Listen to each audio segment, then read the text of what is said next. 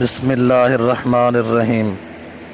Personal میں ایک سوال پوچھا گیا کہ عورت نفل نماز میں یا تراویح میں بلند آواز سے قرات کر سکتی ہے یا نہیں۔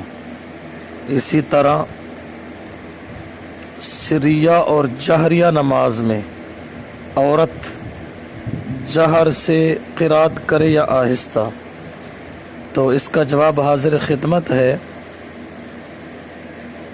کہ عورت نماز میں جہر نہیں کر سکتی، لہٰذا سب نمازوں میں قرات آہستہ ہی کرے۔